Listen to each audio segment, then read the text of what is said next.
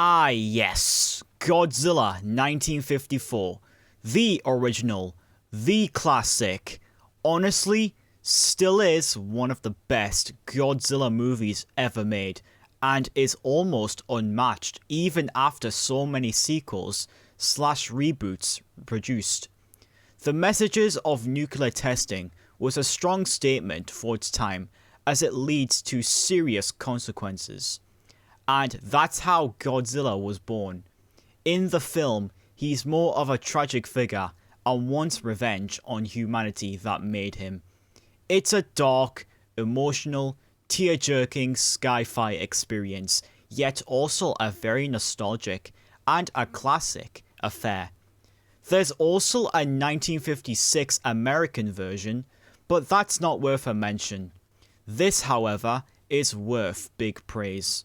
Which means it's now time to review the critically acclaimed 1954 Godzilla movie and see why it's truly a certified masterpiece.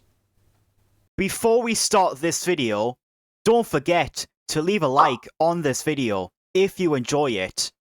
And don't forget to subscribe as well as hitting the bell icon to see more content. Thank you and enjoy.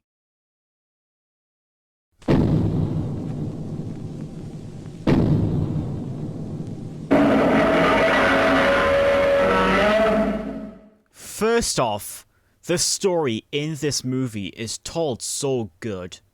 Nuclear testing is bad. Very bad.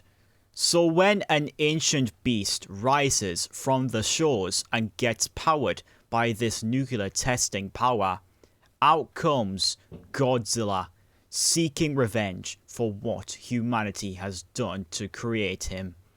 It also almost feels like a dark / social documentary telling the aftermath of World War II and what Japan experienced in it the hard way, because they were one of the most affected countries by it. The characters are also so great in fact, that this is one of the few Godzilla movies to get human characters done right. Out of all of the main actors, Akihiko Harata is my favourite out of the cast, playing Daisuke Serizawa, being quite a mad scientist with the oxygen destroyer, and being quite sane, but also bringing a balance of peacemaking and tragedy in his character. Everyone else is just as likable, but Serizawa is just too good. The classical music score in this movie became extremely recognizable, especially Godzilla's main theme and the military march. Originally, Godzilla's original theme started as the military march, but instead became Godzilla's, as it quickly got remastered into the other film series, and now it's one of the most legendary themes in Godzilla history. Akira Ifukube really is just an honoured Godzilla film composer. You will never ever be forgotten, legend. The biggest lesson this movie offers is its messages of war and nuclear destruction. It must linger throughout the whole film, showing the viewers how actions have serious consequences, and also the horrors of what happens if it's never dealt with. Like at the end, where Dr. Yamane gives us a warning that if nuclear testing continues, another Godzilla may awaken another day. The one that appears in Godzilla Raids Again must be that Godzilla. It looks like humanity had it with the nuclear testing, and they never learned from their past mistakes. Its cinematography is extremely great. The entire film is just in black and white, yes, but that's even better because it makes the film more depressing and even more frightening. The tone matches beautifully with this, alongside being serious and dark. It does well on not making the film boring to watch, since the pacing is great for an hour-and-a-half sci-fi experience. The sound design was also very impressive for its time, especially with how limited things were back then. Godzilla's roar was actually created by the film composer Akira Ifukube, in which he used a leather glove and rubbed it against a double bass.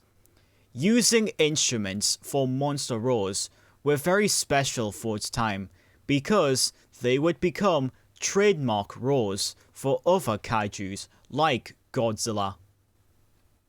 The special effects are amazing, especially when Godzilla fires his atomic breath and it melts things as if it's like acid.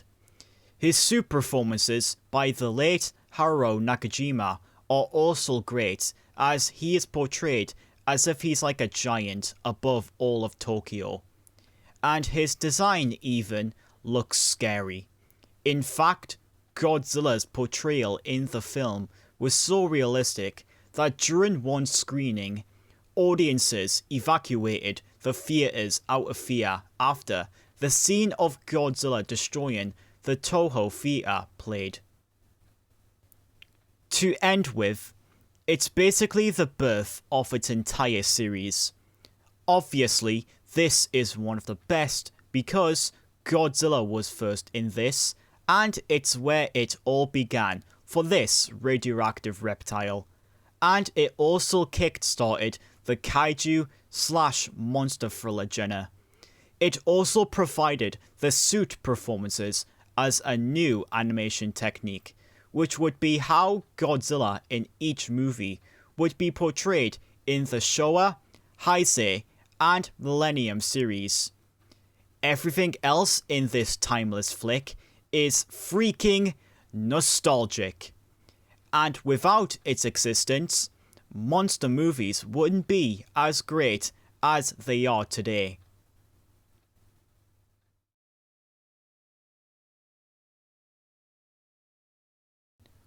Overall, my final opinion on Godzilla 1954? Simply a classic. Enough said. It's Godzilla. What is there not to love about this legendary movie? Every well-known series must have a start. And for Godzilla, we go all the way back to 1954. Its status as a tragic Godzilla solo makes it almost unmatched in the series.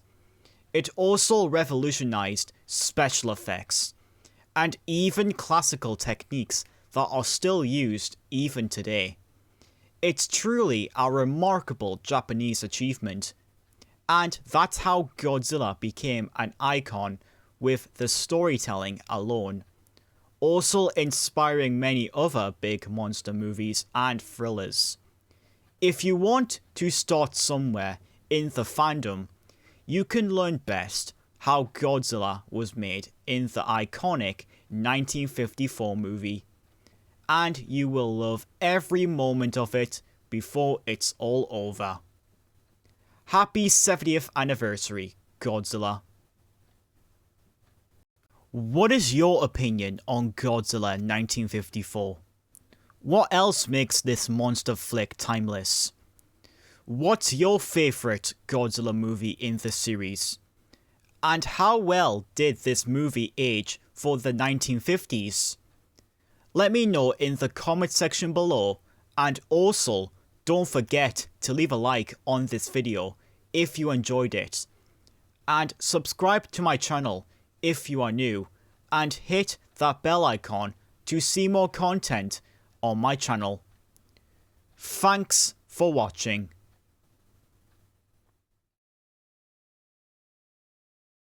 A nostalgic creature feature. Godzilla 1954 is classical sci-fi at best, but its potent and sobering messages of nuclear testing are immensely awe-inspiring and make it one of the best monster films ever produced.